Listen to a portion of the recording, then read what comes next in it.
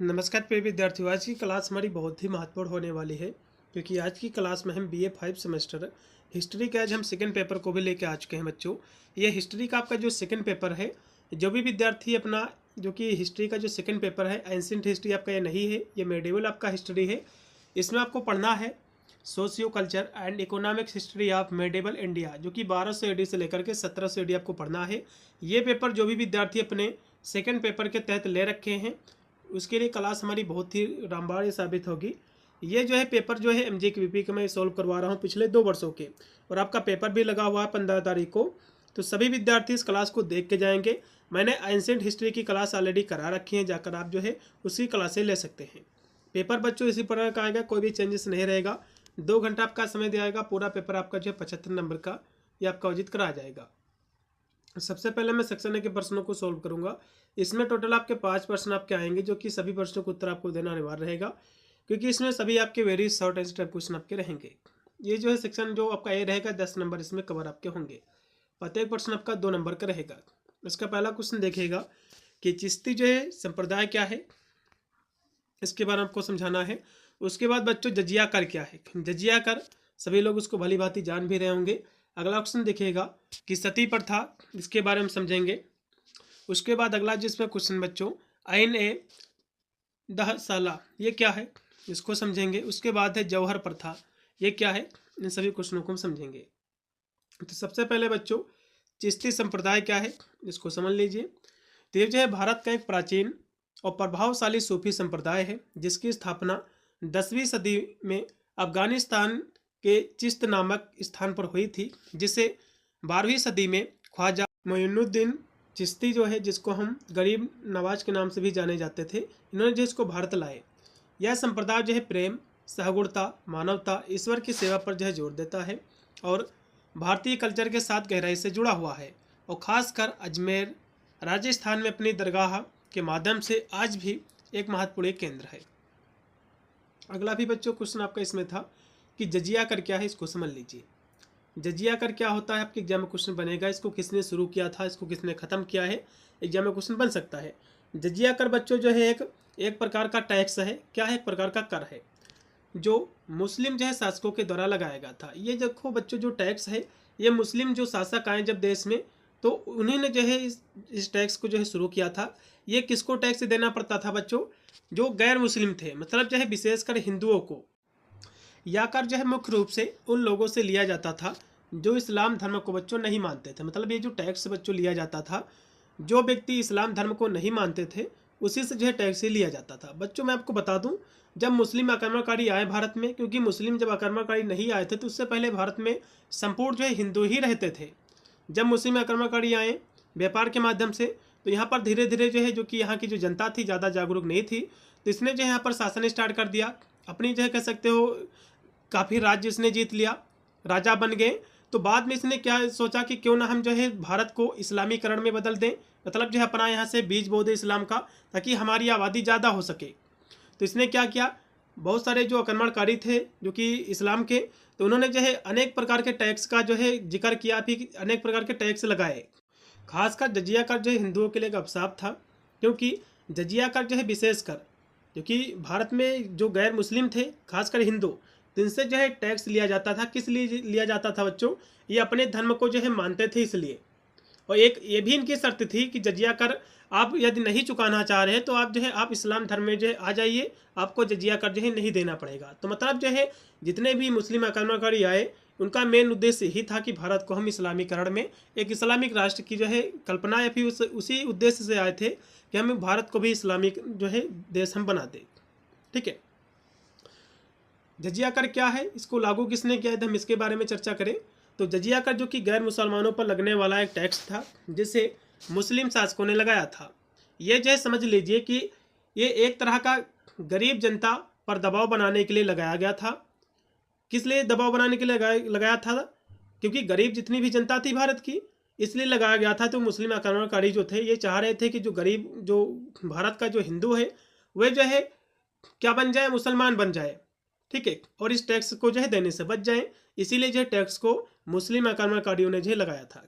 ठीक है। और ये टैक्स के जब इसको लागू हुआ तो बहुत सारे जो हिंदू थे, जो दलित थे, या फिर सकते जो गरीब वर्ग के थे, तो बेचारे अपने टैक्स जो कि चुकाना काफ़ी कठिन था उस समय। तो उन्होंने क्या सोचा कि हम क्यों ना जो है धर्म कन्वर्जन कर ले या फिर धर्म परिवर्तन कर ले, ताकि जो है हम अपना जो है किसी तरह अपने बाल बच्चों का जो है किसी तरह हम उसका जीवन यापन जो है कर सके। तो इसी कारण जो है बहुत सारे जो हिंदू थे अपने धर्म को जो है त्याग दिया और अन्य धर्म में जो है चले गए। ठीक है, क्योंकि बाहर से आक्रमणकारी इतने नहीं संख्या में आए थे कि हम यहाँ पर अपनी आबादी को अधिक कर ले। जजिया कर जिसने भी लगाया, ठीक है, क्योंकि बहुत सारे जो आक्रमणकारी आए अपने अपने समय पर जो जजिया कर को लगाया। सबसे पहले कुतुबुद्दीन ऐबक ने जो है जजिया कर को लगाया था। ये जो है जो टैक्स था बहुत ही गलत व्यवस्था थी। जितनी इसकी निंदा की जाए ये कम है, क्योंकि इसने जो है इस्लाम को जो है बढ़ाने के लिए, इस्लामीकरण करने के लिए इस जो है व्यवस्था को, इस टैक्स को जो बनाया था।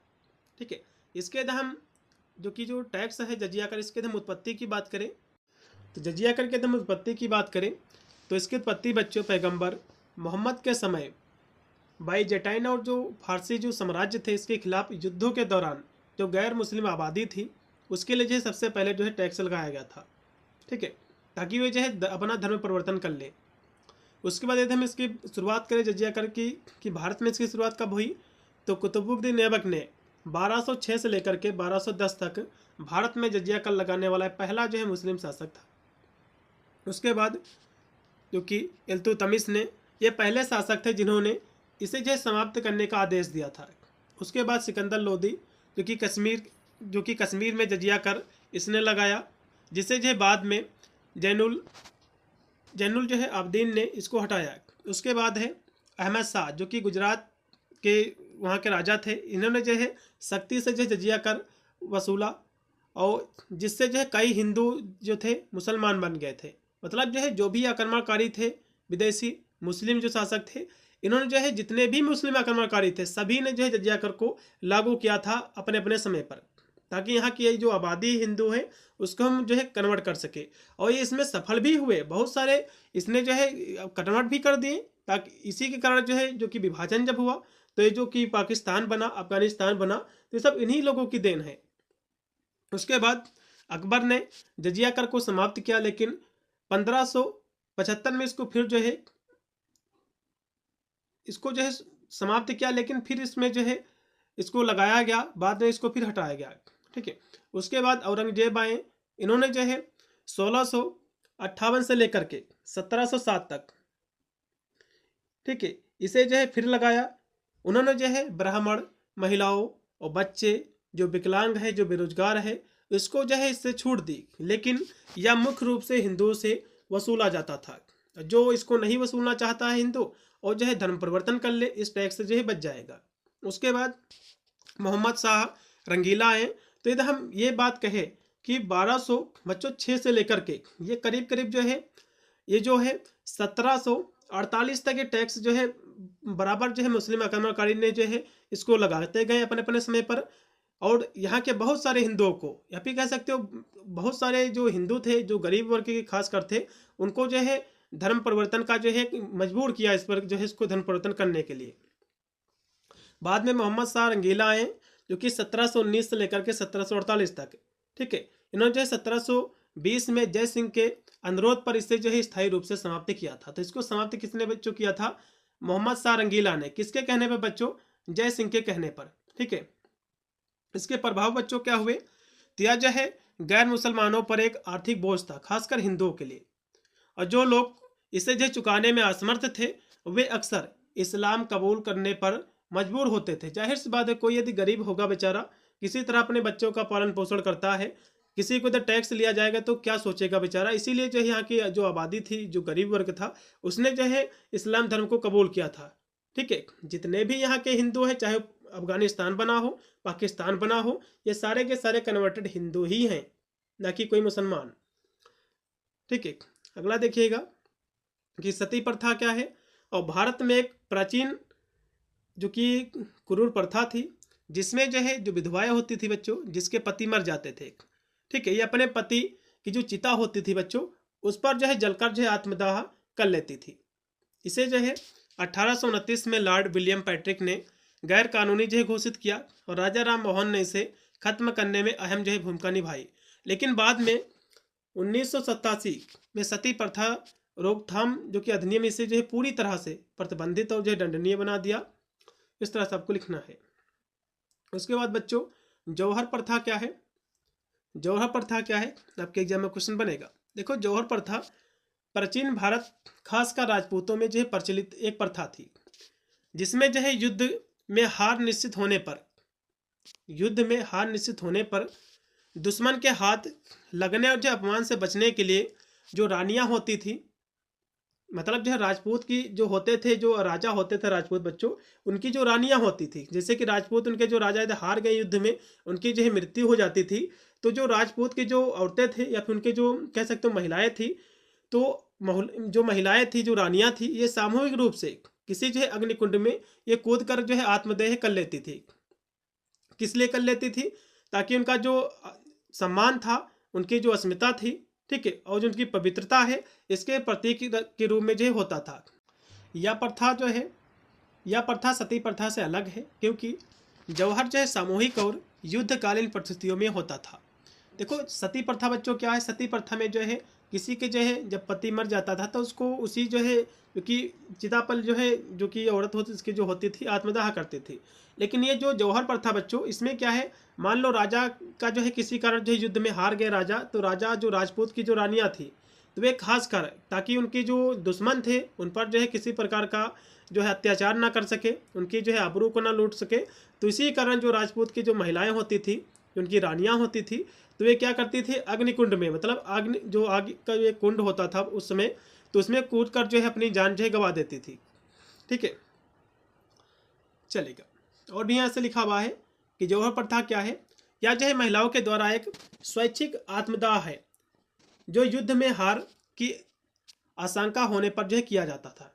इसका उद्देश्य बच्चों जो होता था, दुश्मन जो है राजाओं के द्वारा अपहरण, बलात्कार, गुलामी से जो है बचना। क्योंकि कोई भी राजा होता था, यदि राजा मर जाता था तो पहले जो होते थे राजा वगैरह, तो उसकी जो है रानी को उठा लाते थे, उसके बाद जो है अत्याचार करते थे, बलात्कार करते थे, उसको गुलाम बना लेते थे।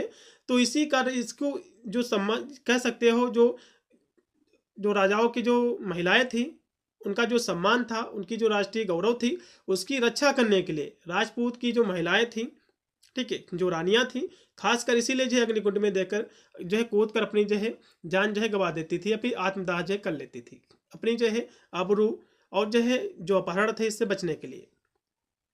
अगला भी यहाँ से क्वेश्चन बच्चों आ गया है सेक्शन आपका बी। इसके हम क्वेश्चनों की बात करें, इसमें टोटल आपके बच्चों जो है 8 आपके क्वेश्चन आएंगे, जो कि इसमें से केवल 5 ही क्वेश्चन आपको करना पड़ेगा और 3 क्वेश्चन आपके इस तरह रहेंगे। काफ़ी अच्छी बात है। इसमें पहला क्वेश्चन देखिएगा कि सूफीवाद क्या है। इसके प्रमुख बच्चे जो सिद्धांत है इसका वर्णन करना है। उसके बाद है भक्ति आंदोलन के उदय के कारण की आपको विवेचना करना है। उसके बाद है सल्तनत काल की जो सामाजिक दशा थी बच्चों उस समय, उसका आपको वर्णन करना है। ठीक है, तो सबसे पहले सूफीवाद क्या है इसको समझ लीजिए। तो सूफीवाद के हम अर्थ की बात करें तो सूफी शब्द की उत्पत्ति कुछ विद्वानों के अनुसार ग्रीक शब्द सोफिया से हुई है, जिसका अर्थ होता है ज्ञान होता है। और कुछ जो है विद्वान सूफी शब्द की उत्पत्ति सफा शब्द से मानते हैं, जिसका अर्थ होता है पवित्र होता है।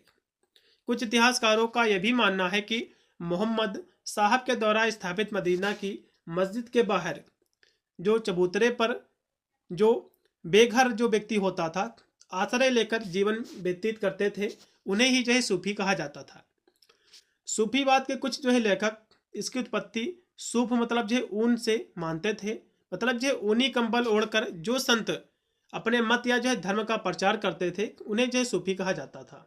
ठीक है, इसके हम सिद्धांत की बच्चों बात करें, भारत में अनेक जो है धर्म संप्रदाय के लोग समय समय पर आते रहे और भारतीय जो कल्चर की जो महानता है इसके कारण उसी में जो है घुल मिल गए। यानी कि जो भी धर्म भारत में जो भी धर्म के लोग आए और भारत में जो है रहने के बाद वहाँ ही की जो संस्कृति थी उसी में जो है पूरी तरह से घुल मिल जाते थे और लोग बाद में जो है वहाँ से नहीं जाते थे। ठीक है, यहीं पर रह जाते थे। तुर्क सल्तनत से पहले भी भारत का संबंध इस्लामी राष्ट्रों से था। सूफीवाद इस्लाम धर्म से प्रभावित एक विशेष वर्ग था। सूफी धर्म के सिद्धांत विभिन्न धर्मों के सम्मिश्रण से बने हैं। सूफी धर्म के विकास के समय भारत में वेदांत धर्म और यूरोप में धर्म प्रसार की लहरें फैली हुई थी। अतः सूफी धर्म इन सभी घटनाओं का जो है प्रभाव पड़ा इन पर। ठीक है, और भी यहाँ से लिखा हुआ है, बिंदुओं के माध्यम से समझ सकते हैं कि आत्मा और जो है परमात्मा की एकता का सिद्धांत, इसको कहा जाता है सूफीवाद को। तो सूफीवाद का मूल है कि सूफी धर्म में प्रेम को बहुत महत्व दिया जाता है और सूफी लोग एक ही ईश्वर को मानते हैं और सूफी ईश्वर का एक रूप जो है मानते हैं और ईश्वर के अतिरिक्त दूसरी किसी चीज के अस्तित्व को जो है नहीं मानते हैं। ईश्वर को ही सारी चीजों के मालिक माने। इसका मानना यह है कि ईश्वर अमर है। ये जो है लोग प्रेम संगीत को जो है अत्यधिक जो है महत्व दिया और सौंदर्य एवं जो है संगीत का महत्व इस धर्म में बहुत है। अब यहाँ से बच्चों भक्ति आंदोलन के प्रमुख कारण क्या है, इसका भी उल्लेख कीजिए, आपके एग्जाम में क्वेश्चन बनेगा। तो प्राचीन भारतीय हिंदू दर्शन के अनुसार मोक्ष प्राप्त करना ही अथवा जो है जीवन मरण के बंधन से छुटकारा प्राप्त करना ही जीवन का अंतिम जो है लक्ष्य होता है। मोक्ष प्राप्ति के 3 मार्ग जो है बतलाए गए हैं। पहला है ज्ञान मार्ग, दूसरा है भक्ति मार्ग और कर्म मार्ग। ये 3 मार्ग जो बताए गए हैं। सल्तनत काल में कई जो है हिंदू संतों सुधारकों ने हिंदू धर्म के लिए एक आंदोलन प्रारंभ किया। चूंकि यह आंदोलन भक्ति पर जोर देता था, इसलिए इसे भक्ति आंदोलन के नाम से जो है पुकारा जाने लगा। अब इसके कारण समझ लीजिए। इसके बहुत सारे बच्चों कारण थे भक्ति आंदोलन के, जैसे कि हिंदू धर्म में जाति प्रथा की जटिलता निरंतर जो है बढ़ती जा रही थी और ऊंच नीच की भावना से हिंदू समाज जो है निम्न वर्ग दुखी था। क्योंकि भक्ति आंदोलन इसीलिए बच्चों हुआ क्योंकि गरीब वर्ग जो था हिंदुओं में, कह सकते एक प्रकार से उसका शोषण होता था। ठीक है, और भक्ति आंदोलन में चूंकि ऊंच नीच और जाति प्रथा का खंडन किया गया, अतः जो है समाज के निम्न वर्ग ने विशेष रूप से इसका समर्थन किया। उसके बाद दूसरा इसका बच्चों कारण था हिंदू समाज में शूद्रों की बड़ी दुर्दशा थी। ठीक है, उन्हें किसी भी प्रकार के कोई जो है सामाजिक धार्मिक अधिकार नहीं प्राप्त थे और अन्य वर्गों के हाथों सब प्रकार की यातनाएं जो झेलनी पड़ती थी। इन यातनाओं से बचने के लिए तथा जो इस्लाम धर्म के समानता और मातृभाव के सिद्धांतों से प्रभावित होकर अनेक जो है शूद्र जो है मुसलमान बनने लगे। भक्ति आंदोलन की उत्पत्ति इस परिवर्तन को रोकने, शूद्रों के साथ अच्छा व्यवहार करने हेतु हुई थी इसकी उत्पत्ति। उसके बाद तीसरा इसका जो कारण था बच्चों, मुसलमानों ने भारत पर जब आक्रमण किया तो भारत में जो मंदिर थे हिंदू उनको तोड़ा, मूर्तियों को जो है विनाश कर दिया और हिंदू धर्म के जो समर्थक थे इससे काफ़ी जो है निराश हुए, इसमें निराशा फैली और धर्म पर उनका विश्वास जो है डगमगाने लगा। और भक्ति आंदोलन के माध्यम से हिंदुओं ने पुनः आस्था पैदा की और धर्म के प्रति पुनः आशा का संचार करना, ईश्वर के प्रति भक्ति का मंत्र फूंकना, ये जो है जरूरी समझा। ठीक है, उसके बाद बच्चों है अगला इसमें क्वेश्चन है कि सल्तनत कालीन सामाजिक व्यवस्था का चिंतन आपको करना है। क्वेश्चन आपके एग्जाम में बनेगा कि व्यवस्था क्या थी। ठीक है, सल्तनत काल में जो सामाजिक व्यवस्था थी बच्चों कैसी थी। तो सल्तनत काल जो कि लगभग 1206 से लेकर के 1526 तक की मानी जाती है, इसमें भारतीय उपमहाद्वीप की सामाजिक व्यवस्था में कई सारे महत्वपूर्ण विशेषता थी। इस काल में मुस्लिम शासकों का शासक था, जिससे जो समाज में धार्मिक सांस्कृतिक सामाजिक विविधता जो देखने को मिली। पहला इसकी जो बच्चों कह सकते हो जो सामाजिक व्यवस्था थी वो थी सामाजिक जो है वर्गीकरण। ठीक है, तो शासक वर्ग इसमें जो है सुल्तान, अमीर, सैन्य अधिकारी, प्रशासनिक अधिकारी इसमें शामिल थे। ये जो है सत्ता संपत्ति का जो है नियंत्रण रखते थे। उसके बाद जो है धार्मिक वर्ग, तो इस काल में जो है सूफी संत, मौलवी, धार्मिक विद्वान का महत्वपूर्ण इसमें स्थान था। ये समाज में धार्मिक शिक्षा नैतिकता का जो प्रचार करते थे। उसके बाद है कृषक और जो मजदूर वर्ग, तो अधिकांश लोग जो है कृषि कार्य में लगे थे। मजदूर, कारीगर, व्यापारी भी समाज का हिस्सा थे।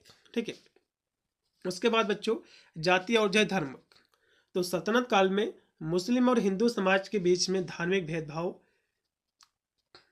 स्पष्ट थे और मुस्लिम जो है शासक ने अपने धर्म के अनुसार प्रशासन चलाया, लेकिन हिंदू समाज भी अपनी परंपराओं के अनुसार जीवन यापन जो है करता रहा। उसके बाद हिंदू समाज में जाति व्यवस्था बनी रही, लेकिन इस काल में कुछ सामाजिक अश्लीलता भी देखने को मिली। उसके बाद यदि हम आर्थिक स्थिति की बात करें तो कृषि जो है प्रमुख आर्थिक गतिविधि थी और साथ ही व्यापार, शिल्पकला भी जो है इसमें विकसित हुई। शहरों में कारीगरों व्यापारियों का जो वर्ग जो है मजबूत हुआ। उसके बाद सांस्कृतिक धर्म प्रभाव की बात करें तो मुस्लिम और हिंदू संस्कृतियों का मेल हुआ, जिससे नई जो सांस्कृतिक परंपराएं थी उसका विकास हुआ। भाषा, कला, वास्तुकला और साहित्य में इस जो मिश्रण के प्रभाव जो है मिलते हैं। निष्कर्ष में हम कहें तो सल्तनत कालीन सामाजिक व्यवस्था एक जटिल और बहुआयामी संरचना थी, जिसमें जो है धार्मिक, सामाजिक, आर्थिक विविधता समाहित थी। इस काल ने भारतीय समाज को एक नई दिशा दी और आने वाले मुगल काल के आधार जो भी जो है तैयार किया। मतलब जो आने वाला जो मुगल काल था उसके लिए रास्ता भी जो है तैयार किया। अब यहाँ से इसमें अगला क्वेश्चन है कि सल्तनत काल में जो स्त्रियाँ थी, ठीक है, इनकी दशा क्या थी बच्चों। उसके बाद है मुगल काल में सूती वस्त्र उद्योग के विकास पर आपको संक्षेप आपको लिखना है टिप्पणी। उसके बाद है धर्म सुधारक के रूप में कबीर दास का आपको मूल्यांकन करना है। उसके बाद अगला इसमें क्वेश्चन है कि मुगल काल में बैंकिंग व्यवस्था का वर्णन आपको करना है। ठीक है, तो सबसे पहले सल्तनत काल में महिलाओं की बच्चों स्थिति क्या थी इसको समझ लीजिए। तो भारत में सल्तनत काल के दौरान महिलाओं की स्थिति जो है सामाजिक, सांस्कृतिक, धार्मिक मानदंडों सहित विभिन्न कारकों से प्रभावित थी। विभिन्न जो है क्षेत्रों, समुदायों में महिलाओं की स्थिति और भूमिकाएं भी भिन्न भिन्न थी, लेकिन समानता पुरुषों की तुलना में महिलाओं को कई सारे जो प्रतिबंध का सामना जो करना पड़ता था। मतलब जो पुरुषों को तो छूट थी सारे कार्य करने को, लेकिन महिलाओं पर जो प्रतिबंध लगे थे, ठीक है, उनके अधिकार भी सीमित थे। अब यहाँ से कुछ बिंदुओं के माध्यम से समझ सकते हैं। जैसे कि पहला इसका बिंदु है कि सल्तनत काल में महिलाओं की मुख्य भूमिकाएं, जिम्मेदारियां जो थी घरेलू कार्यों तक ही सीमित थी। मतलब जो है घर पर खाना बनाना, बच्चों की देखभाल करना, यहाँ तक ही सीमित थी। उनसे जो है घर का प्रबंधन करने, परिवार की देखभाल करने की अपेक्षा जो है की जाती थी। दूसरा भी इसका जो बिंदु है वो है महिलाओं की शिक्षा तक जो है सीमित पहुँच थी। उन्हें जो है आमतौर पर सार्वजनिक जो है जीवन में भाग लेने, सत्ता के पदों पर आसीन होने की अनुमति नहीं थी। मतलब जो है घर का ही काम संभाल सकती थी, खाना बना सकती थी, बच्चों का पालन पोषण कर सकती थी। इसके अलावा मतलब अन्य कोई भी, जैसे कि आज जो है जो कि संविधान है, आज महिलाएं भी काम कर रही हैं, ऊंचे पदों पर बैठी हुई हैं, तो पहले व्यवस्था नहीं थी सल्तनत काल में। उसके बाद अगला इसका बिंदु है, इस दौरान जो है पर्दा प्रथा, मतलब जो है शरीर ढकने की प्रथा थी, अत्यधिक जो है प्रचलित हो गई, जिससे जो है महिलाओं की जो आवाजाही थी और परिवार के बाहर पुरुषों के साथ उसके जो मेल जोल थे उस पर भी प्रतिबंध जो है लग गए थे। उसके बाद विवाह एक जो है महत्वपूर्ण संस्था थी और महिलाओं का विवाह अक्सर कम उम्र में ही जो है कर दिया जाता था। दहेज प्रथा आम थी और कुलीन वर्ग में बहुविवाह की प्रथा भी प्रचलित थी। मतलब जो है जो बड़े लोग थे, कुलीन वर्ग मतलब होता अमीर वर्ग, तो इसमें बहुविवाह की प्रथा भी प्रचलित थी। बच्चों बहुविवाह क्या होता है कि एक से अधिक जो है शादी करना, इसी को हम बहुविवाह कहते हैं, जो खासकर इस्लाम धर्म में अधिकतर होता है।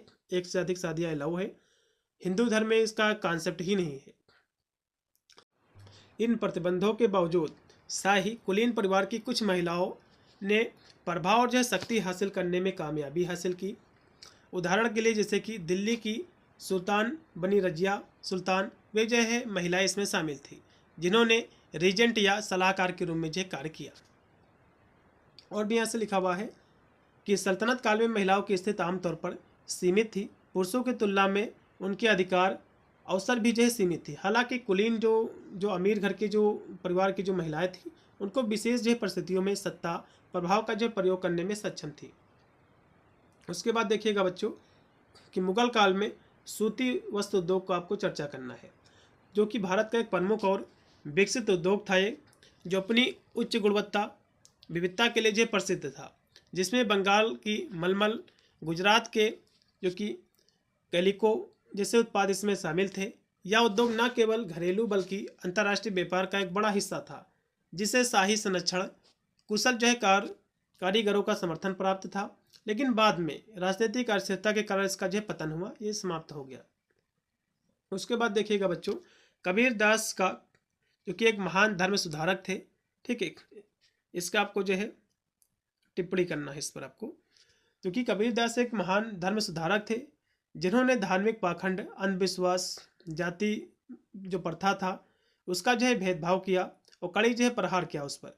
और सभी धर्म, खासकर हिंदू मुस्लिम में जो समानता प्रेम का संदेश दिया, और जो बाह्य आडंबर था जिसमें मूर्ति पूजा जो है, तीर्थ यात्रा पे जाना, हज पर जाना, व्रत रखना, इसको जो निरर्थक इन्होंने जो बताया।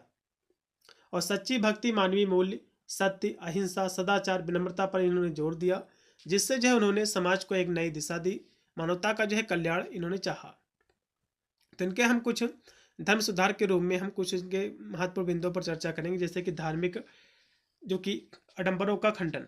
तो उन्होंने जो है मूर्ति पूजा, व्रत, रोजा, ठीक है, माला जप करना, तीर्थ यात्रा जो बहिरी थी उसको जो है इन्होंने व्यर्थ बताया, ठीक है, और सच्चे ईश्वर भक्ति पर जो है इन्होंने बल दिया। उन्होंने जो है राम और रहीम को एक ही बताया। उसके बाद अगला जो है कि जाति भेदभाव जो असमानता का विरोध। तो कबीर ने जन्म के आधार पर होने वाला जो भेदभाव था बच्चों, उसको समाप्त करने और सभी मनुष्य को एक समान मानने का संदेश दिया। उन्होंने समाज में जो व्याप्त जो ऊंच नीच, जो छुआछूत थी, इसकी भावना को खत्म करने का प्रयास किया। उसके बाद सांप्रदायिक सद्भाव की भावना। तो कबीर ने हिंदू मुसलमान के बीच की खाई को पाटने और उसमें जो है धार्मिक सहगुणता, सौंदर्य स्थापित करने का भरसक जो है प्रयास किया। उसके बाद है मानवीय मूल्य और सच्ची भक्ति पर जोर। तो उन्होंने जो है सत्य, प्रेम, दया, विनम्रता और सदाचार जैसे जो मानवीय गुण थे, उसको सबसे बड़ा जो है धर्म माना। कबीर ने आंतरिक शुद्धि, मन की पवित्रता पर जो है बल दिया, न कि बाहरी दिखावे पर। इसके बाद है क्रांतिकारी जो है निर्भीक जो विचारक। तो अपनी जो है क्रांतिकारी वाणी, दोहों के माध्यम से उन्होंने समाज की जो बुराइयां थी, ठीक है, इसको दिखाया, उसको उजागर किया और सुधार का मार्ग भी जो है दिखाया, जिससे जो उन्हें वाणी का डायरेक्टर भी जो है कहा जाता है। संक्षेप में हम कहें बच्चों, तो कबीर ने अपने साहित्य और उपदेशों से समाज में जो व्याप्त जो कुरीतियाँ थी, जो धार्मिक पाखंड थे, उस पर तीखा प्रहार किया और एक ऐसे जो है आदर्श समाज की कल्पना की जहाँ सभी मनुष्य समानता, प्रेम, सत्य के साथ एक साथ रहे। उसका धर्म सुधारक के रूप में सबसे महत्वपूर्ण योगदान जो इनका रहा है। अब यहाँ से बच्चों अगला जो इसमें क्वेश्चन था कि मुगल काल में बैंकिंग का विकास, इसको समझ लीजिए। तो मुगल साम्राज्य जो कि 16वीं से लेकर के 18वीं शताब्दी तक रहा, इसमें जो है भारत की अर्थव्यवस्था बहुत प्रसिद्ध थी। व्यापार, वाणिज्य के विस्तार के साथ ही बैंकिंग और वित्तीय गतिविधियों का भी विकास हुआ। यद्यपि आधुनिक अर्थों में बैंक नहीं थे, पर उस समय जो कि साहूकार, महाजन, बनिए, हुंडी प्रथा ने बैंकिंग जैसी ही भूमिका जो है निभाई थी। सबसे पहले मुद्रा व्यवस्था, इसको जो है अकबर ने एक स्थिर और एक समान मुद्रा प्रणाली जो है इसको शुरू की थी। इसमें जो है सोने का मोहर, चांदी का रुपया और तांबे का दाम, सिक्के को शुद्धता, मानकीकरण से लेन देन में जो है भरोसा जो है बढ़ा लोगों का। उसके बाद है साहूकार और जो महाजन। तो बैंकिंग का मुख्य जो आधार था बच्चों साहूकार और महाजन और जो बनिए थे। ये जो व्यापारियों किसानों दोनों को जो है ऋण देते थे। भूमिका की हम बात करें तो व्यापार के लिए पूंजी उपलब्ध कराना और जो है ऋण देकर कृषि उत्पादन को सहारा देना, विदेशी व्यापारियों, यूरोपीय कंपनी तक को जो है वित्तीय सहायता देना, ये सब इसके बच्चों क्या है भूमिकाएं हैं, कार्य हैं। अब यहाँ से मुगल कालीन जो जमींदारी बच्चों जो व्यवस्था थी, इस पर आपको संक्षिप्त आपको टिप्पणी लिखना है। जमींदारी व्यवस्था क्या है, आपके एग्जाम में क्वेश्चन बनेगा जरूर। उसके बाद फिर आपका सेक्शन आपका सी स्टार्ट हो जाएगा। इसमें बच्चों टोटल आपके जो है 4 क्वेश्चन आएंगे, क्योंकि 2 ही क्वेश्चन आपको करना पड़ेगा। इसके भी क्वेश्चन देख लीजिए। मुगल जो है कालीन जो उद्योग धंधे थे बच्चों, उसका आपको विस्तार में चर्चा करना है। उसके बाद अलाउद्दीन खिलजी के जो आर्थिक सुधार है उसका आपको परीक्षण करना है। उसके बाद है मुगल शासक जो अकबर है, इसकी भू राजस्व व्यवस्था का आपको परीक्षण करना है। उसके बाद है मुगलों के अधीन व्यापार जो है वाणिज्य पर आपको प्रकाश आपको डालना है, ठीक है। तो इन सभी क्वेश्चनों को हम कवर करेंगे। तो सबसे पहले बच्चों मुगल कालीन जो जमींदारी जो व्यवस्था थी इसको समझ लीजिए। यह क्या थी, एक जो है भूमि राजस्व प्रणाली थी, जहां जमींदार मतलब भूस्वामी जो होता था किसानों से कर वसूल कर मुगल जो सरकार थी उसको एक कर देता था। मतलब जो है जो जमींदार थे, ठीक है, तो वे क्या करते थे, किसानों से जो है टैक्स वसूलते थे और जो मुगल सरकार थी उसको देते थे, और जिससे वे जो है स्थानीय प्रशासन, कानून व्यवस्था, सैन्य योगदान में जो है महत्वपूर्ण भूमिका निभाते थे। हालांकि वे भूमि के मालिक नहीं थे, बल्कि वंशानुगत कर संग्राहक थे, जो राजस्व संग्रह के अतिरिक्त जो है राशि अपनी आय जो है बनाते थे। किसानों से नियमित कर मिलने तक उन्हें देखभाल नहीं किया जा सकता था। मतलब जो है यदि किसान उसको टैक्स नहीं देते तो किसानों की जो है देखभाल करते थे जो मुगल सरकार, उनकी देखभाल जो है नहीं कर सकते थे। उसके बाद देखिएगा कि मुगल काल की जो आर्थिक जो उद्योग धंधे थे बच्चों, इसको भी समझ लीजिए, आपके एग्जाम में क्वेश्चन जो है बनेगा। तो मुगल काल में बाबर और जो है औरंगजेब को छोड़कर अकबर से जो है लेकर के औरंगजेब के शासन तक जो है भारत का एक समृद्ध संपन्न अमीर देश था। इस लेख में मुगल काल के आर्थिक जीवन के प्रमुख पक्षों, कृषि उद्योग, व्यापार, वाणिज्य के बारे में हम चर्चा करेंगे। तो सबसे इनका जो है कृषि और जो उद्योग था इसको समझ लीजिए। तो कृषि जो कि मुगल काल का प्रमुख व्यवसाय था। इस काल में गेहूं, चावल, मक्का, बजरा, दलहनी सभी प्रकार की बच्चों खेती की जाती थी और फसलों की उपज जो है की जाती थी। और कृषि के साधन अनुकरण पुराने थे, हल, कुल्हाड़ी, कुदाली, इन सभी चीज़ों का उपयोग किया जाता था। मुगल काल में सिंचाई के साधन अधिक नहीं थे।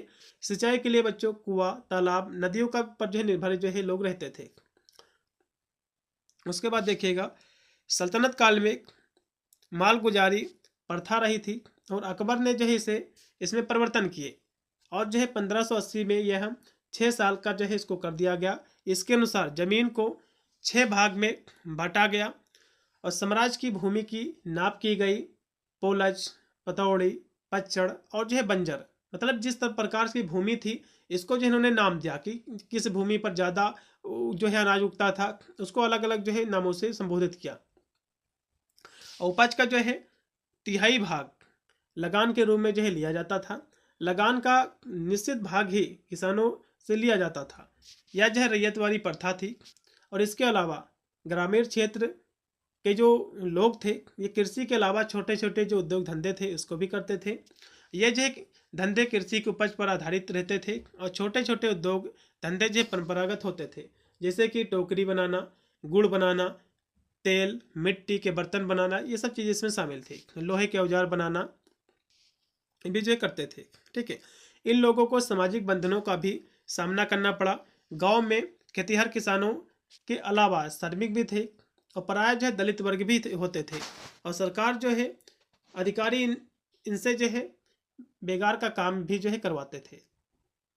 तो मुगल में जो है औद्योगिक जो है नगर भी थे, जैसे कि फतेहपुर सीकरी, बुरहानपुर और जो है श्रीनगर, मुर्शिदाबाद आदि जो है नगरों में कारखाने थे। या जो है उच्च कोटि की वस्तुओं का निर्माण यहाँ पर होता था। कारीगरों की कार्यकुशलता का इनाम जो है दिया जाता था। दरबार में इसकी कलाओं का प्रदर्शन भी होता था, मतलब जो ज़्यादा अच्छे जो है बनाता था कारीगर जो होता था उसको जो है इनाम से भी जो है उसको जो है दिया जाता था। यदि इसके हम व्यापार की बात करें बच्चों, तो मुगल काल में उद्योग व्यापार की उन्नति के फलस्वरूप शहरीकरण की प्रवृत्ति को बल मिला और कई छोटे छोटे कस्बे और नगर इस जो है दौर में बड़े बड़े शहरों में बदल गए। व्यापार के बड़े केंद्र बन गए। सोनार गांव जो है, चाट गांव, श्रीपुर, सूरत, गोवा, कालीकट, कोचीन, मछलीपट्टनम इत्यादि जो है काल में बड़े और जो प्रसिद्ध बंदरगाह थे, जहां से भारत का निर्यात आयात जो है बड़ी मात्रा में होता था। और 17वीं सदी में इस जो है दिशा में विशेष प्रगति हुई और विदेशी यूरोपीय यात्रियों के विवरण इस प्रगति के परिणाम थे। और भारत से जो है निर्यात होने वाली जो वस्तुएं थी बच्चों, सूती वस्त्र, रेशम, कपड़े, नील जो है, काली मिर्च, अन्य मसाले, अफीम, चीनी, ये सब चीज़ें जो है निर्यात होती थी। निर्यात का मतलब क्या होता बच्चों, मतलब बेची जाती थी। ठीक है, दूसरे देशों में। ठीक है, और जो है जो यूरोपीय जो देश थे उनसे जो है ऊन, कपड़े, बढ़िया जो है शराब, कांच के बर्तन, सोना चांदी आदि जो है मंगवाए जाते थे। और चीन से जो है कच्चा रेशम, ईरान से जो गलीचे और अरब से जो है घोड़े मंगवाए जाते थे। और सड़क, नदी, समुद्र सभी रास्तों से जो व्यापार होता था उस समय में। ठीक है, मुगल काल में। अब यहाँ से बच्चों अलाउद्दीन खिलजी के जो आर्थिक सुधार इन्होंने किए हैं इसको भी समझ लीजिए। तो अलाउद्दीन खिलजी जो कि भारत के एक सल्तनतकार थे और उनकी जो है शासनकाल जो है 1296 से लेकर के 1316 तक चला। उनकी जो है भू राजस्व नीति उनके राज्य की आर्थिक विकास, उनकी सत्ता को मजबूत बनाने के लिए महत्वपूर्ण थी। अलाउद्दीन खिलजी ने स्थानीय उत्पादों को प्रोत्साहित करने के लिए कदम उठाए। वे जो है ज़्यादातर लोगों को खेती व व्यापार में लगने के लिए प्रोत्साहित किया। इससे जो है स्थानीय उत्पादों का निर्माण बढ़ा और विदेशी जो उत्पाद थे इसके प्रवाह को जो है रोका गया। तो अलाउद्दीन खिलजी के आर्थिक सुधार। तो अलाउद्दीन खिलजी जो है दिल्ली सल्तनत के तीसरे सुल्तान थे। उन्होंने अपने शासनकाल में कई सारे जो है आर्थिक सुधार किए, जिसमें से कृषि का उत्पादन के लिए जो कदम उठाना। तो अलाउद्दीन खिलजी ने कृषि उत्पादन को बढ़ाने के लिए कई सारे कदम उठाए। उन्होंने किसानों को भूमि देने के लिए नए जो है कानून बनाए और भूमि को जो है जो किसानों को जो भूमि दिया गया ताकि जो है किसान कृषि कर सके, और साथ ही उन्होंने कृषि के जो उपकरण थे, ठीक है, कैसे जिससे खेती की जाती थी उसको भी जो है किसानों तक पहुंचाया। उन्हें जो है कुछ आर्थिक सहायता भी किया। फसल के लिए नए बीजों को लाया। नहर तालाबों के पास जो है कृषि योग्य भूमि को बनवाया। इससे जो है कृषि उत्पादन में वृद्धि हुई, जिससे खाद्य संसाधनों की आपूर्ति बढ़ी। जब खाद्य संसाधनों की वृद्धि हुई तो विदेशों पर जो है कम निर्भर होने लगे, क्योंकि जब खाद्य संसाधन की वृद्धि नहीं थी तब जो है विदेशों से जो है इसको व्यापार किया जाता था, ठीक है, और उन पर ही निर्भर जो रहना पड़ता था। उसके बाद देखिएगा व्यापार के विकास में प्रोत्साहन देना। तो अलाउद्दीन खिलजी ने व्यापार के विकास को भी प्रोत्साहित किया। उन्होंने जो है दक्षिण भारत में निर्मित जो वस्तुएं थी उसको उत्तर भारत में बेचने के लिए जलमार्ग निर्माण करवाया। यानी कि जो है पहले एक स्थान से दूसरे स्थान में जाने के लिए अच्छे रास्ते नहीं थे जिससे लोग जो है व्यापार कर सके। इसी को ध्यान में रखते हुए अलाउद्दीन खिलजी ने मार्ग था जो रास्ता था उसका निर्माण करवाया, ठीक है। उसके बाद है वित्तीय सुधार। तो अलाउद्दीन खिलजी ने वित्तीय सुधार भी किए। वित्तीय सुधार करने के लिए उन्होंने सोने चांदी के सिक्के का निर्माण करवाया जो व्यापार में बड़ी सहायता प्रदान करते थे। इसके अलावा उन्होंने नए टैक्स नियम बनाए जिससे वित्तीय सुधार किया जा सके, और इस प्रकार उन्होंने वित्तीय क्षेत्रों में भी सुधार किए, ठीक है। अब यहाँ से बच्चों भू राजस्व व्यवस्था क्या है इसको भी समझ लीजिए। तो भू राजस्व व्यवस्था बच्चों जो है भूमि पर लगने वाला एक प्रकार का टैक्स है, एक प्रकार का जो है कर है जो भूमि मालिक सरकार को जो है चुकाता था। या जो है भारत के इतिहास में खासकर ब्रिटेन काल में राजस्व के मुख्य स्रोतों में से एक था। इसके तहत स्थायी बंदोबस्त, रैयतवाड़ी, महलवाड़ी जैसी जो प्रणाली थी ये लागू थी, और जिसका उद्देश्य जो था वो अधिकतम जो है राजस्व इकट्ठा करना था, जिससे किसानों अर्थव्यवस्था पर इसका जो है गहरा प्रभाव पड़ा। मुगल काल में भी जो है भूमि कर एक महत्वपूर्ण राजस्व स्रोत था, जिसे जो है अकबर के समय तोड़ा जो है मल ने स्थापित किया था, ठीक है। इसको हम विस्तार से समझे, जैसे कि स्थायी बंदोबस्त क्या आपकी एग्जाम में क्वेश्चन बन सकता है, ठीक है। तो ये जो है जमींदारों को भूमि का मालिक बनाकर उससे जो है निश्चित जो है कर वसूलना, मतलब जो है जो जमीन होती थी उसको जो है जो कि जमींदारों को दे दिया जाता था और उसको जो है मालिक बनाकर उनसे टैक्स वसूलती थी सरकारें। यह होता है स्थायी बंदोबस्त, ठीक है। इसका प्रभाव क्या हुआ, ये जो है जमींदारों की बढ़ी जो शक्ति थी और किसानों के से शोषण हुआ और कई जो है किसान जो है भूमिहीन हो गए। उसके बाद है रैयतवाड़ी व्यवस्था। तो इसमें क्या हुआ था, इसमें जो है सीधे जो है किसान रैयत से जो है कर वसूली होती थी, जहाँ जो है किसान भूमि के मालिक थे। इसमें क्या था बच्चों, उसमें क्या थे, उसमें जमींदारों को जमीन दी गई थी सरकारों के द्वारा। इसमें क्या थी रैयतवाड़ी व्यवस्था में, इसमें सीधे जो है किसानों को जमीन जो है दे दी गई थी और किसानों से सीधे जो है टैक्स लिया जाता था रैयतवाड़ी व्यवस्था में। उसके बाद है महलवाड़ी व्यवस्था। तो ये क्या था बच्चों, इसमें जो है गांव का कोई एक जो है इकाई मानकर गांव के मुखिया फिर जो जमींदार के माध्यम से कर वसूलता था। मतलब जो है महलवाड़ी बच्चों जो व्यवस्था थी, मान लो कोई एक गांव है उसमें कोई एक जो है जमींदार बना दिया जाता था और वही जमींदार जो है गांव के सभी लोगों से टैक्स वसूलता था, उस टैक्स को लेकर के जो है सरकार को देता था, ठीक है। इसका प्रभाव क्या हुआ, यह जो प्रणाली भी किसानों पर भारी बोझ जो है डालती थी और उसका जो है शोषण करती थी, ठीक है। अब यहाँ से बच्चों अगला इसमें क्वेश्चन देखिएगा कि मुगल काल के दौरान व्यापार और जो है वाणिज्य का आपको चर्चा करना है। तो मुगल काल जो कि लगभग 1526 से लेकर के 1857 जो कि भारत के इतिहास में एक महत्वपूर्ण अवधि थी, जिसमें व्यापार वाणिज्य का विकास हुआ। और इस काल के दौरान व्यापार के कुछ मुख्य पहलू थे, जैसे कि आंतरिक व्यापार। तो मुगल साम्राज्य में कृषि प्रधान अर्थव्यवस्था थी, लेकिन आंतरिक व्यापार भी काफ़ी विकसित था। विभिन्न जो है क्षेत्रों के बीच वस्तुओं का आदान प्रदान होता था, जैसे कि कपड़ा, मसाले, धातु, हस्तशिल्प वस्तु इसमें जो है व्यापारिक वस्तु थी। दूसरा इसका जो है विदेशी व्यापार। तो मुगल काल में भारत का विदेशी व्यापार भी फल फूल रहा था। यूरोपीय जो व्यापारी थे, जैसे कि पुर्तगाल, डच, अंग्रेज, फ्रांसीसी ने भारत के बंदरगाहों पर व्यापारिक केंद्र जो स्थापित किए और भारत से मसाले, कपड़ा, रेशम, कीमती जो पत्थर थे विदेश में जो है निर्यात किए जाते थे। उसके बाद है व्यापारिक मार्ग।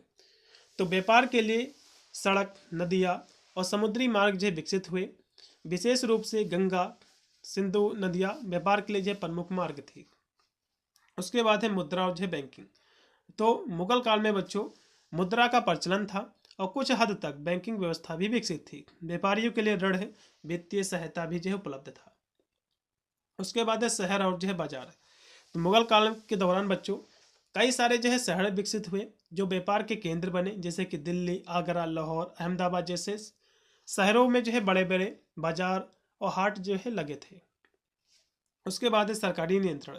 तो मुगल जो है शासकों ने व्यापार को प्रोत्साहित किया और कर प्रणाली विकसित की, जिससे जो है राज्य को राजस्व जो प्राप्त होता था। तो संक्षेप में हम कहें तो मुगल काल के दौरान व्यापार वाणिज्य में काफ़ी वृद्धि हुई, जिससे आर्थिक समृद्धि आई और भारत का व्यापारिक जो नेटवर्क था विश्व के अन्य हिस्सों से जो है जुड़ा। अब यहाँ से बच्चों अगला इसमें क्वेश्चन देखिएगा कि शाहनाए मंडी, ये क्वेश्चन क्या है समझेंगे। फिर है कासफ उल महबूब, ये क्या है, जौहर पर था, मैंने आपको करा ही दिया था, इनको भी समझ लीजिए। तो शाहनाए मंडी क्या है बच्चों, इसको समझ लीजिए सबसे पहले। तो जो है दिल्ली सल्तनत खासकर अलाउद्दीन खिलजी के समय एक महत्वपूर्ण प्रशासनिक पद था जो बाजार अधीक्षक को दिया जाता था। बाजार अधीक्षक का मतलब होता है जो बाजार का नियंत्रण करता था, ठीक है, अधिकारी जो उसका होता था। ये जो है अधिकारी बाजार को नियंत्रित करते थे और व्यापारियों का जो है हिसाब रखते थे और कीमतों पर जो है सख्त निगरानी रखते थे, ताकि जो अलाउद्दीन का जो बाजार नियंत्रण नीति है उसको सफल बनाया जा सके, और जिसमें जो है अनाज, कपड़े, जो है दास और मवेशी जैसे विभिन्न जो है बाजारों के अलग अलग जो है सहना जो है होते थे। इसके हम मुख्य विशेषता कार्य की बात करें तो बाजार जो है नियंत्रण, तो इसका मुख्य जो उद्देश्य था बच्चों वो जो है जो काम था कीमतों को जो है स्थिर रखना और जो है जमाखोरी व जो है कालाबाजारी को रोकना था, ठीक है। तो इस तरह से आपको लिखना है। संक्षेप में हम कहें तो शाहनाए मंडी जो कि अलाउद्दीन खिलजी के बाजार सुधारों को लागू करने वाला एक उच्च अधिकारी था जो बाजार व्यवस्था का प्रमुख होता था, ठीक है। अगला ऑप्शन देखिएगा कि कासापुल महब, जो कि महजूब का है, आपको बताना है महजूब। तो इतिहास में जो कि सूफीवाद पर लिखी गई एक सबसे पहली महत्वपूर्ण फारसी पुस्तक में से एक थी, जिसे जो है 11वीं सदी के महान सूफी संत विद्वान हजरत अली बिन उस्मान उल इनके द्वारा जो है लिखा गया था। यह सूफी सिद्धांतों प्रथाओं का एक व्यवस्थित ग्रंथ है जो लाहौर में लिखा गया था और आज भी सूफी परंपरा को समझने के लिए एक आधारभूत कृति जो है मानी जाती है। उसके बाद अगला इसमें क्वेश्चन है कि दरोगा ए दौर उल जो कि जर्ब, ये क्या है।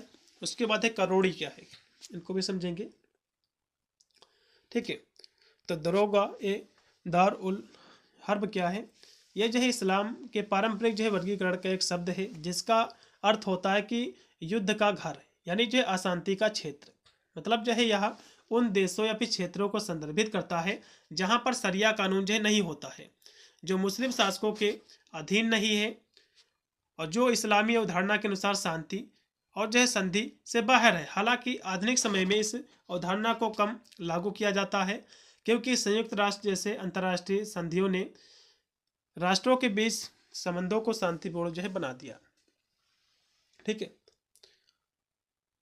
तो इसका मेन जो उद्देश्य बच्चों यही है कि जहाँ पर इस्लाम जो है कम है वहाँ पर जो है एक युद्ध का घर होता है, अन्य लोगों के साथ उसकी जो है युद्ध ही रहता है,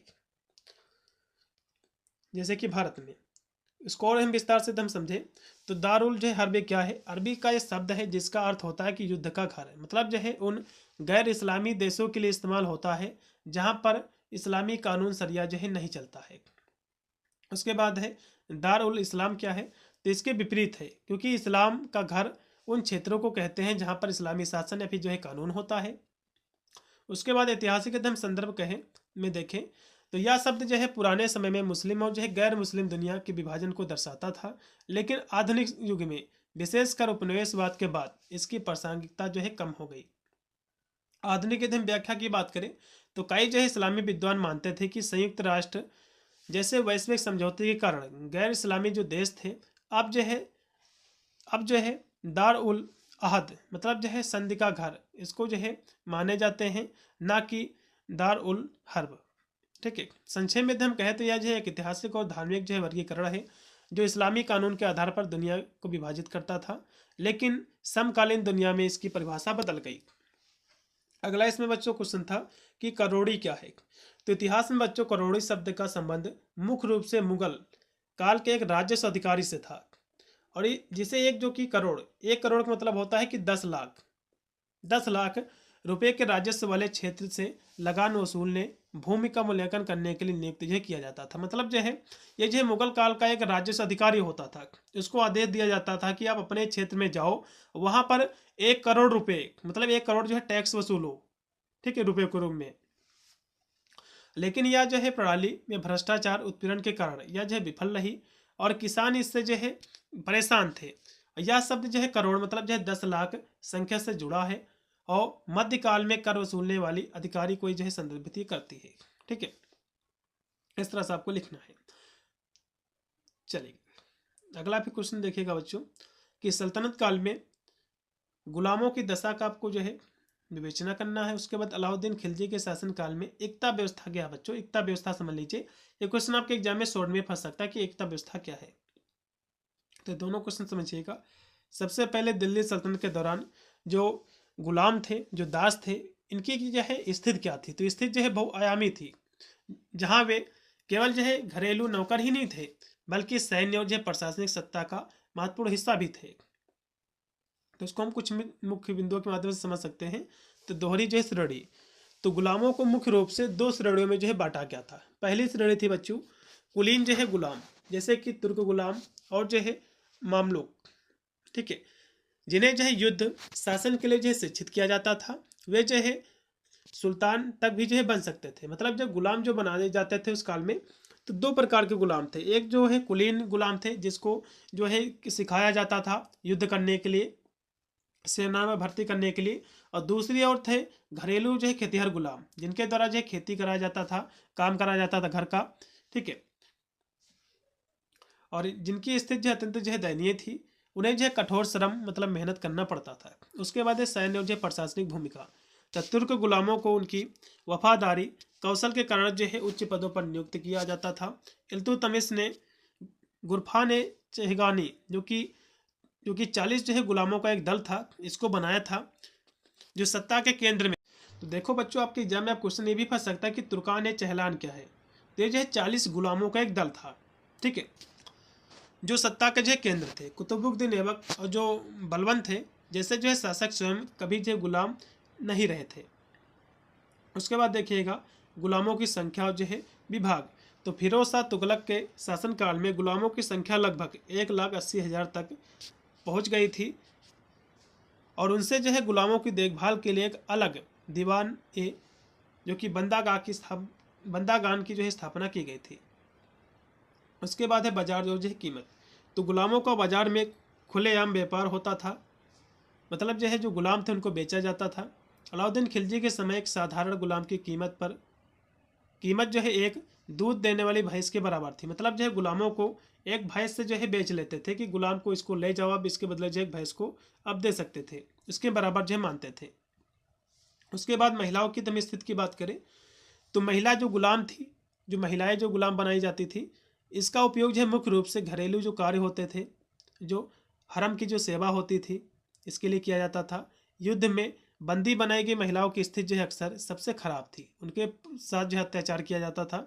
उसके बाद है अधिकार जो स्वतंत्रता, तो अधिकांश जो गुलामों के पास कोई कानूनी अधिकार नहीं थे, वे अपने मालिकों की इच्छा पर निर्भर थे। हालांकि कुछ विशेष परिस्थितियों में गुलामों को मुक्त किया जा सकता था, लेकिन समाज में उनकी पहचान पूर्व गुलाम के रूप में ही बनी रहती थी।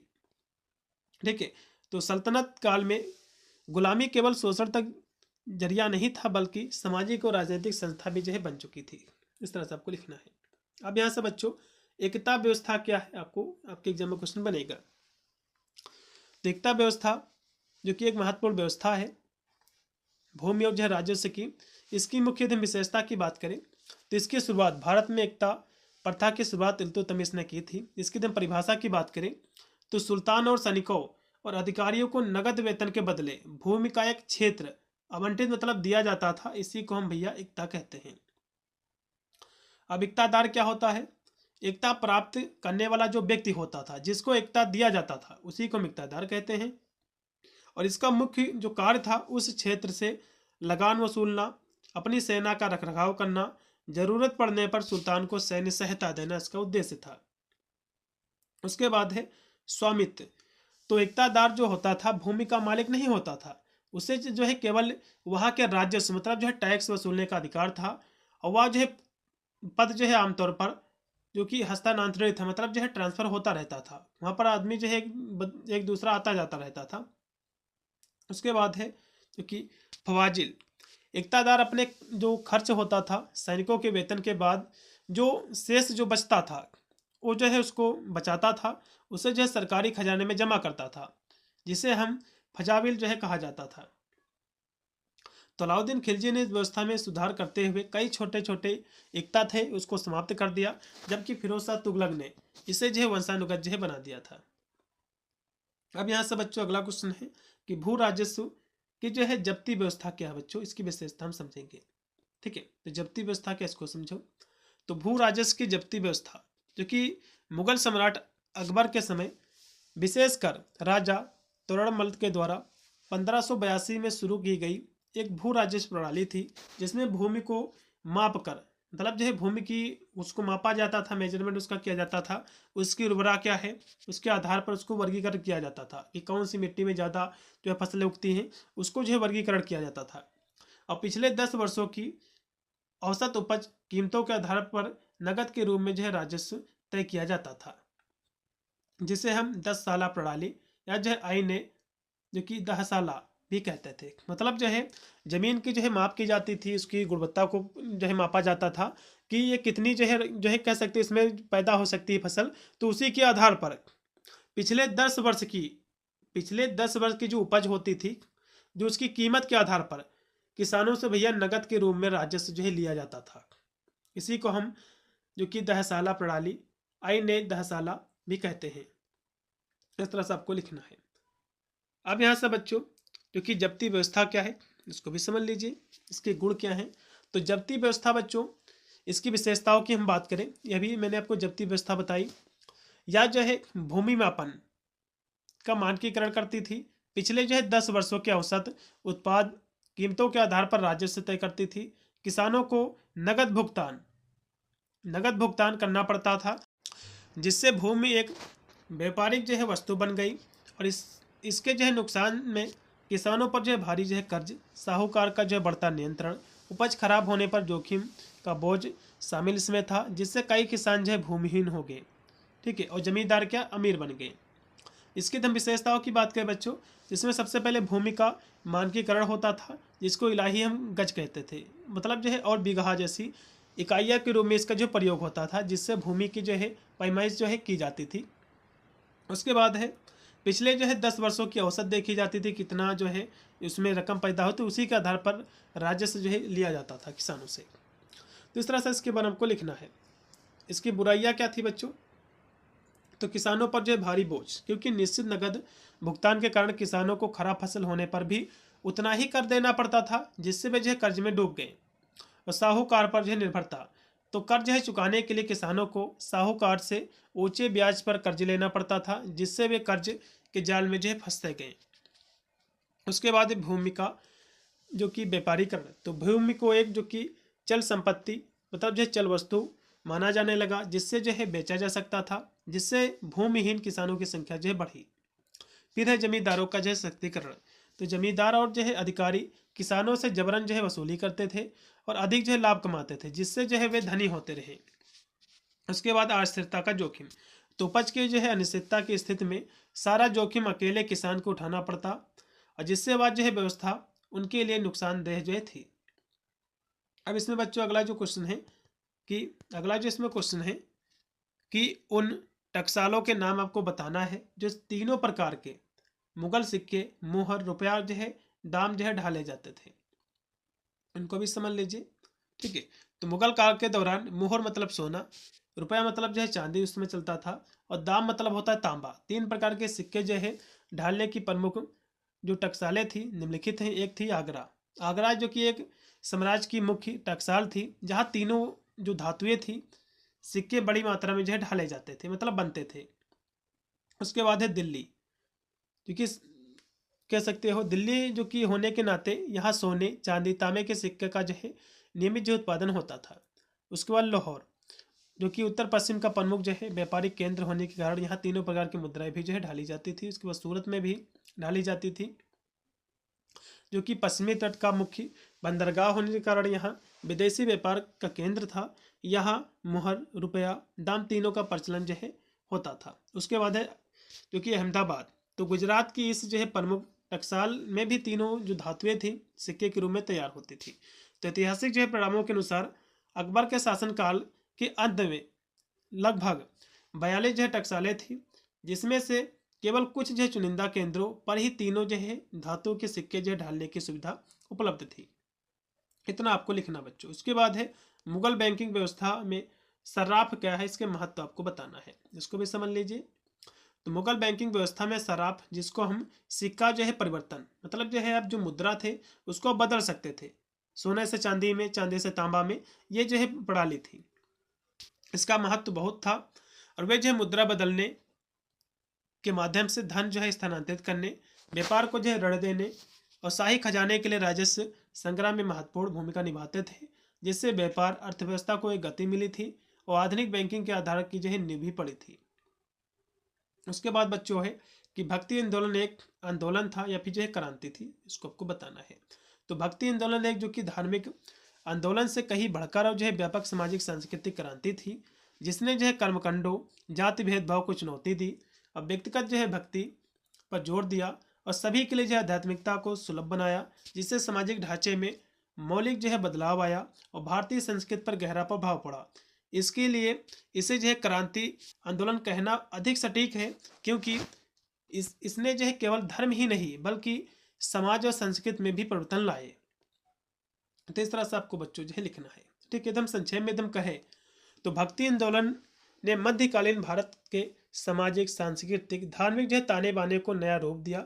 इसलिए इसे जो है केवल धार्मिक आंदोलन ना कह करके सांस्कृतिक क्रांति भी जो है कहना उचित होगा।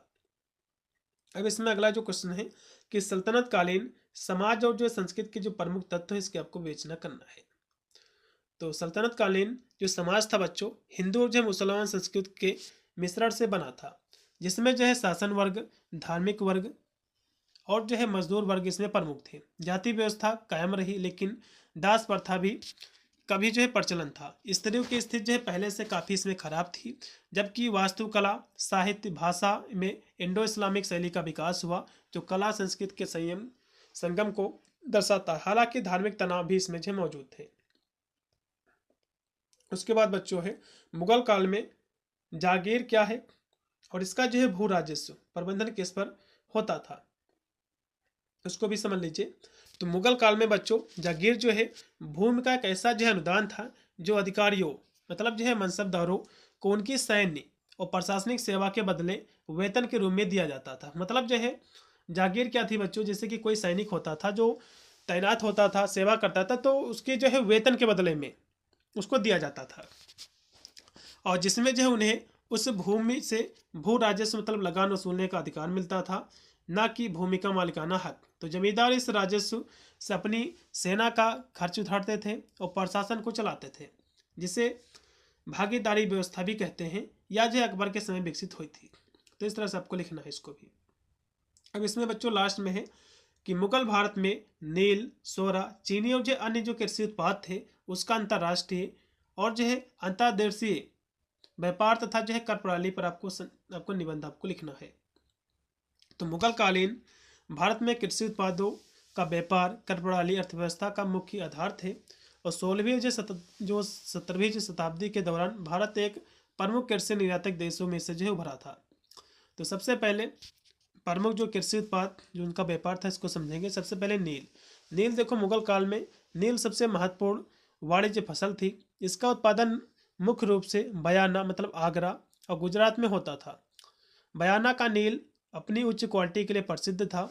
इसका अंतर्राष्ट्रीय मुख्य रूप से यूरोपीय देशों जैसे कि पुर्तगाल, डच, अंग्रेज के साथ जो है इसका व्यापार होता था। इससे जो है कपड़ों की रंगाई के लिए जो है यूरोप जो है ले जाया जाता था। उसके बाद सोरा। सोरा बच्चों क्या है? सोरा का उपयोग जो है मुख्य रूप से बारूद बनाने के लिए जो किया जाता था। ठीक है, इसका उत्पादन बच्चों बिहार में होता था। उसके बाद है चीनी। भारत में चीनी का उत्पादन बंगाल और जो है पंजाब के क्षेत्र में प्रचुर मात्रा में होता था। मुगल काल में भारत में चीनी निर्यातक फारस की खाड़ी, लाल सागर के देशों को जो है किया जाता था। अन्य धर्म उत्पाद की बात करें तो कपास, रेशम और जो है जो मसाले होते थे, काली मिर्च, इलायची, ये भी जो है कह सकते हो व्यापक मात्रा में इसका भी उत्पादन होता था। ठीक है, यदि हम व्यापारिक टैक्स की बात करें तो विदेशी व्यापार बच्चे जो होता था इस पर जो है सीमा शुल्क भी लिया जाता था। औरंगजेब के समय या हिंदुओं के लिए हिंदुओं से जो है 5% की जो है टैक्स लेते थे व्यापार करने के लिए विदेशी देशों से, जबकि मुसलमानों के लिए जो है केवल इसका आधा ही लेते थे, 2.5% ही लेते थे। यूरोपीय जो है कंपनियों को व्यापारिक जो है विशेष अधिकार प्राप्त करने के लिए अक्सर नजराना जो है निश्चित वार्षिक शुल्क भी जो है देना पड़ता था। देखो औरंगजेब जितने भी क्रूर शासक आए हैं इस्लामिक वाले, ये खासकर हिंदुओं को ही टारगेट किए हैं, हिंदुओं को जो है धर्म परिवर्तन करने पर। अब यहाँ ही देख लीजिए, जब व्यापार करने के लिए हिंदुओं को जो है 5% टैक्स देना पड़ता था, जबकि मुसलमानों पर जो है केवल 2.5% ही जो है टैक्स लगाते हैं। अगला देखिएगा कि राहदारी और जो है चुंगी। तो आंतरिक जो है व्यापार पर जो है राहदारी मतलब जो है सड़क कर, जो सड़क का जो टैक्स होता था, और चुंगी भी जो है ली जाती थी, जिससे वस्तु की कीमत जो है बढ़ जाती थी। निष्कर्ष में हम कहें तो मुगल कालीन व्यापार और जो है कर प्रणाली न केवल साम्राज्य को आर्थिक रूप से जो है सुदृढ़ बनाया, बल्कि भारत को वैश्विक अर्थव्यवस्था का एक महत्वपूर्ण केंद्र भी जो है बना दिया था। नील और जो है सोरा जैसे उत्पाद ने भारत को अंतर्राष्ट्रीय रणनीति वाणिज्य में एक अनिवार्य भागीदार भी जो है बना दिया था। तो इतनी बच्चों हमारी क्लास थी। ये क्लास आपको देख के जाना है, इसमें से काफ़ी क्वेश्चन आपको अपने एग्जाम में देखने को मिलेंगे। मिलता है वीडियो के लिए, तब तक सभी को thank you for watching this video.